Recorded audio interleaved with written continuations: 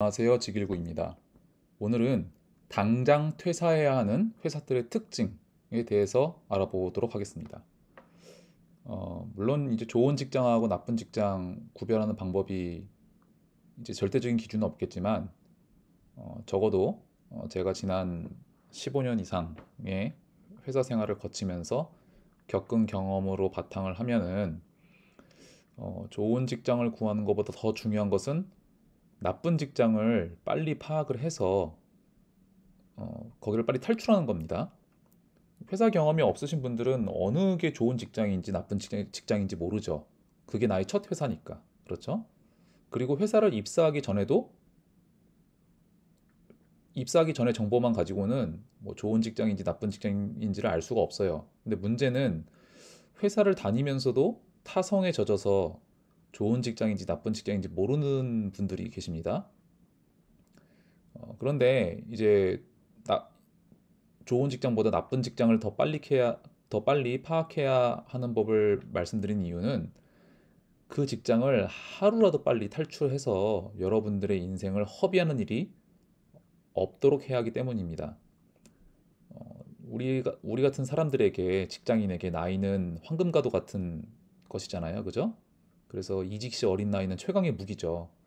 그래서 한 살이라도 젊을 때 나쁜 직장을 빨리 탈출해서 더 나은 직장으로 가야 할 필요가 있겠습니다. 그럼 이제 당장 탈출해야 하는, 퇴사해야 하는 회사들의 특징 첫 번째입니다. 인사가 개판이다. 어느 회사나 라인이라는 게 존재하고 비합리적인 인사가 단 한 번이라도 없다고는 말할 수는 없습니다. 그런데 물론 이런 한 번 한 번이 열심히 일하는 구성원들에게 좌절을 주긴 하지만 그것을 없다고는, 그리고 우리가 없앨 수도 없어요. 예, 그런 없앨 수 없는 환경에서 중요한 것은 과연 그러면은 그런 비합리적인 인사가, 그리고 그런 이상한 인사 체계가, 그리고 이상한 인사 결정이 얼마나 자주 빈번하게 발생하느냐입니다. 그런 것들이 자주 발생하는 회사는 빨리 탈출하셔야 돼요. 예를 들자면은 누가 봐도 저 사람은 아닌데 실적도 없고 허풍만 치고 자기만 잘났다고 하고 다른 사람 무시하고 별것도 아닌 정보 주면서 자기가 준 정보대로 제대로 활용 못해서 기회를 잃었다고 하면서 동료를 비난하는 사람이 있다면, 근데 이런 사람이 승진을 한다? 굉장히 이상한 거죠. 그리고 그런 사람들에 대해서는 직원들이 다 알아요. 저 사람이 이상한 사람이다, 그죠? 근데 그런 사람이 승진을 해요. 우리가 이해할 수 없는 인사 체계죠. 그리고 일은 못하는데 윗사람들에게 아부만 하고 고자질만 하고, 근데 이런 사람이 승진을 한다? 그러면은 이런 사람들이 승진하는데 도대체 열심히 일하는 우리는 뭐가 되는 거죠? 그죠? 그리고 채용이 불투명해서 계속 낙하산 인사만 데리고 온다? 그 어느 회사나 낙하산 인사는 있을 순 있어요. 있으면 안 되는 일이지만 뭐 현실적으로 존재하기 때문에. 근데 예를 들어서 직원을 한 번에 뭐 공채를 통해서 뭐 100명 채용하거나 200명 채용을 해요. 그런데 그 중에 한 명 정도가 낙하산 인사예요. 그럼 뭐 100번 양보해서 그럴 수 있다고 저는 봅니다. 그런 있어서는 안 되는 일이지만 100명 중에 한 명이니까 뭐 그럴 수 있다고 쳐요. 그런데 뭐 5명 뽑는데 낙하산 인사가 들어온다든지, 그죠? 또는 뭐 20명 뽑는데 그중에 10명이 낙하산이라든지, 또는 뭐 2명, 3명 뽑는데 그중에 한 명이 낙하산이라든지, 굉장히 그 비율로 따지면 굉장히 큰 문제잖아요. 그죠? 예, 그래서 이런 일들이 계속, 그리고 반복된다. 그죠? 계속 낙하산 인사만 내려오는 거예요. 그리고 이상한 사람만 승진하고, 이런 일들이 반복되면은 그런 회사는 당장 탈출하셔야 됩니다. 열심히 일하고 그리고 성과를 낸 직원이 승진을 하지 못한다면은 그거는 이제 공정하지 못한 인사를 하고 있는 건데, 그런 회사에 무슨 기대와 희망을 걸어서 여러분들의 성장과 또 나의 성과에 대한 보상을 기대하면서 그 회사에 왜 나의 청춘을 바쳐야 하는 겁니까? 아까운 여러분들의 청춘 낭비하지 마시고 바로 탈출하시길 바랍니다. 두 번째 유형, 징계가 남발한다. 징계가 남발하는 경우는 저는 두 가지가 있다고 보는데요. 첫 번째는 정말 회사가 개판인 거예요. 회사 구성원들이 개판이어서 조직 문화가 아주 엉망이고, 그리고 규정도 하나도 안 지키고, 그리고 돈 맨날 횡령하고, 그런 직원들만 있다면은 징계가 남발할 수 있죠. 그런 것들은 당연히 징계해야 되는 대상이니까요. 그런데 그 정도로 좀 회사가 그런 일들이 빈번해서 징계가 남발할 정도면은 그 회사는 문 닫아야 될 회사예요. 그래서 그런 경우는 저는 거의 없다고 보고, 그럼 두 번째 경우는 뭐냐? 징계가 남발하는 두 번째 경우. 직원들이 바라지 않는 부적절한 사람이 누구나 다 알아요. 아, 저 사람 진짜 경영자 되면 안 되는 사람. 그죠? 또는 뭐 CFO, 그죠? 뭐 CTO, CFO 많잖아요. 그 C레벨. 그런 거를 달면 안 되는 사람인데 실적도 하나도 없어요. 그런데 어쨌든 그런 구성원들이 원하지 않는 그런 바라지 않는 부적절한 사람이 경영진의 위치로 승진을 했어요. 근데 이럴 때 직원들 길들이기를 위해서 징계를 남발하는 경우가 있습니다. 별로 크지도 않는 사안이어서 충분히 구두 경고나 또는 뭐 격려, 뭐 재교육 등을 통해서 직원들의 태도 개선을 하는 것이 가장 바람직하죠. 근데 그런 절차를 취하지 않고 뭐 하나 건수만 생기면은 바로 징계 절차에 들어가는 이런 행동들은 내 말을 안 들으면은 다 죽여버린다라는 비열한 행동에 아주 해당하고요. 그리고 이러한 마인드를 가지고 회사를 운영하는 경영진이 있는 회사는 얼른 탈출하셔야 됩니다.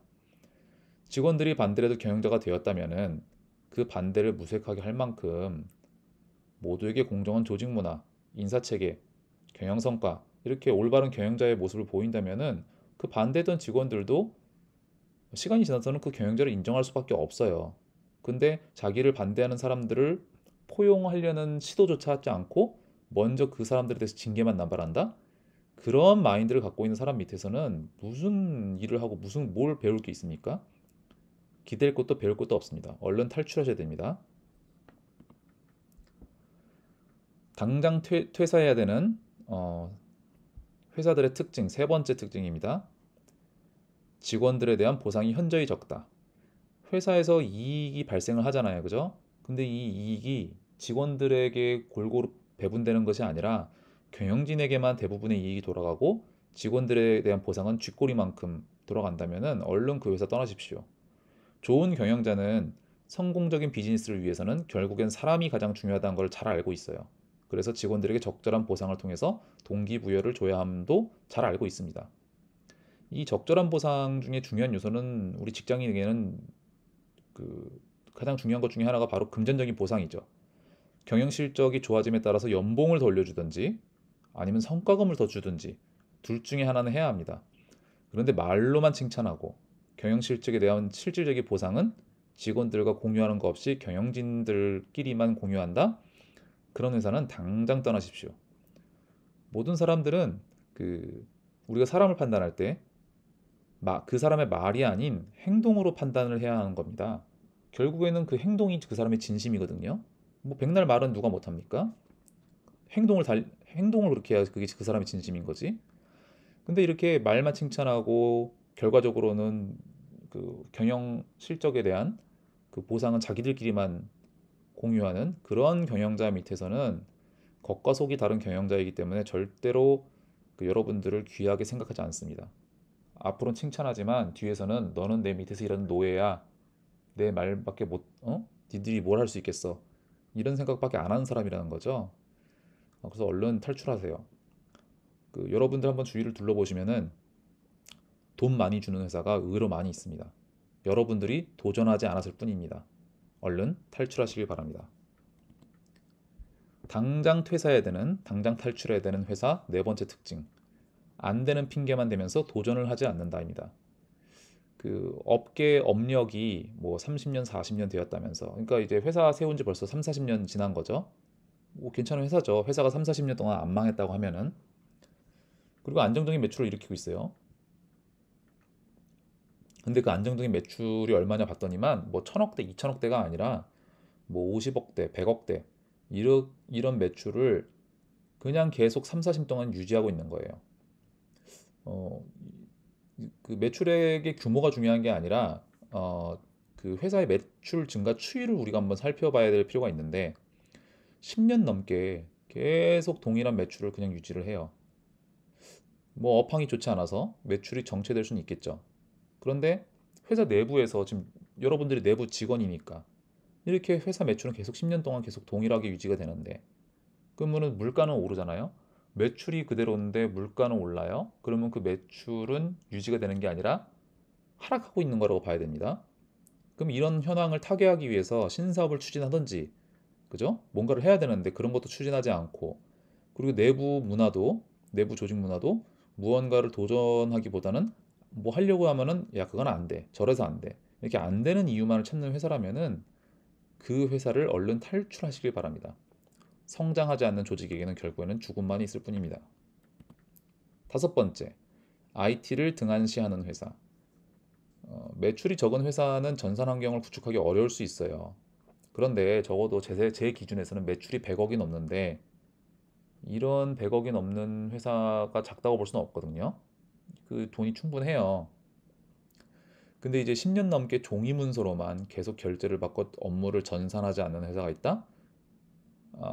그러면 그 회사는 앞으로도 전산화를 할 마음이 없다고 보는 게 맞아요. 왜냐하면은 그 뭐 예를 들어서 뭐 내부 품위서를 작성한다든지 그런 거는 관리자가 작성한 게 아니잖아요. 다 밑에 팀원들 시키잖아요. 그러면은 관리자 입장에서는 불편한 게 하나도 없어요. 오히려 전산화가 더 불편해요. 종이 문서로 딱 결제 갖고 와야 한 번이라도 물어보고 야 이거 왜 이렇게 작성했어? 이 내용은 뭐야? 다시 작성해와 이렇게 편하게 하는데 전자결제 올리면은 그 좁은 모니터 화면에서 이러고 봐야 되니까 이제 귀찮죠. 그래서 관리자 입장에서는 불편함이 전혀 없어요. 전산화가 안 돼도. 그러니까 내일 아니니까 전산화 할 마음도 없는 거예요. 어, 그런데 이 전산화는 회사의 성장 가속도를 높이는 정말 중요한 요인 중에 하나라고 저는 보고 있고요. 그래서 이제 불필요한 작업들의 업무 투입 시간을 결국은 줄이게 되는 거죠. 전산화가 되면은. 그리고 그러면 그 남는 시간, 그죠? 세이브한 시간을 생산적이고 창의적이고 가치 있는 부분에 업무 시간을 투입하게 해주기 때문에 이 전산화는 굉장히 중요하다라고 보고 있습니다. 근데 여전히 회사가 어느 일정 규모 이상이 됨에도 불구하고 90년대 방식으로 일을 한다. 그리고 바꿀 마음도 없다. 얼른 탈출하십시오. 발전 가능성이 없습니다. 여섯 번째, 당장 회사를 탈출해야 하는 유형 여섯 번째 회사입니다. 직원에게 책임을 떠넘기는 회사입니다. 모든 경영 실적의 책임은 경영진이 지는 겁니다. 우리가 경영 방향을 바꿀 수가 있나요? 우리는 의견을 제시하지만 결국에는 그거를 다 수렴하고 결정해서 본인들의 판단에 의해서 우리 이렇게 앞으로 하자라고 방향성을 정하는 건 경영진이잖아요. 그죠? 그리고 그 방향이 정해지면은 우리 직원들은 좋든 싫든 간에 열심히 그 방향성을 따라서 일을 하는 거죠. 그래서 직원들은 경영진이 지시한 방향으로 열심히 일했을 뿐인데 어떤 그 경영 실적에 대한 책임을 직원들에게 떠넘긴다? 정말 최악인 회사죠. 얼른 떠나시길 바랍니다. 마지막 일곱 번째입니다. 관리자 수만 많아지는 회사. 전체 직원이 한 100명인 회사가 있다고 칩시다. 그런데 팀장 이상의 보직을 가진 직원이 한 30명 돼요. 그러면은 생각해 보세요.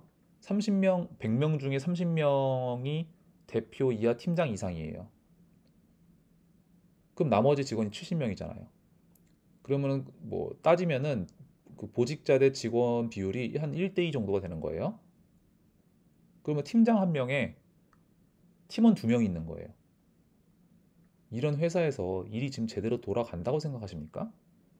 보직자만 넘쳐나는데 보직자는 누구예요? 그 사람들 일할 것 같아요?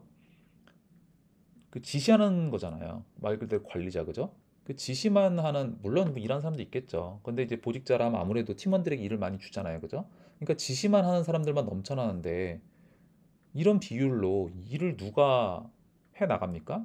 일을 하더라도 그 남은 팀원들에서 엄청 고생할 뿐더러 또 일의 속도도 제대로 나오지도 않겠죠.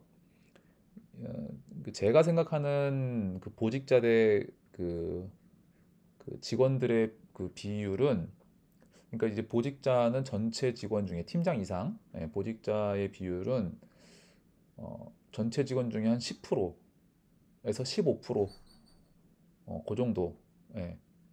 뭐 정말 양보해서 20%, 근데 20%도 많아요. 제가 보기에는 한 15%까지는 인정할 수 있어요. 그래서 전체 직원 중에 15% 정도 또는 10%, 이제 회사가 커질수록 이제 그 비율은 좀 줄어들겠죠, 그죠?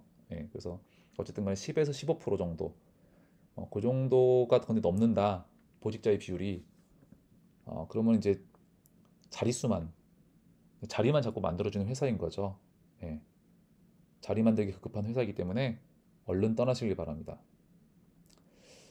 이렇게 그 탈출해야 할 7가지 회사 유형에 대해서 알아보았습니다. 그러니까 이직을 해본 사람으로서 말씀드리자면은 지금 다니고 있는 회사가 전부인 것 같이 느껴지실 수 있어요. 첫 직장이신 분들은.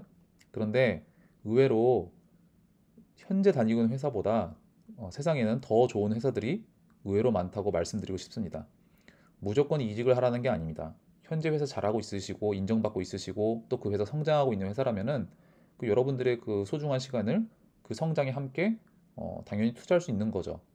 그런데 제가 방금 말씀드린 이 7가지 회사 중에 단 한 개라도 해당하는 회사를 다니고 있다면은 더 좋은 회사가 있으니까 현재의 그 저는 정말 쓰레기 같은 회사라고 말하고 싶거든요. 현재의 그 시궁창 같은 회사를 얼른 탈출하셔가지고 여러분들의 성장 기회를 더욱 모색하시는 것이 어떨까 싶습니다. 그 이직하시는 거에 대해서 그 두려워하지 마세요. 여러분들 충분히 능력 있으신 분들이고 또 여러분들의 가능성을 믿으시길 바랍니다. 그리고 무엇보다 여러분들의 인생은 단 한 번 사는 거 아닙니까? 그 지나간 시간을 되돌릴 수가 없어요.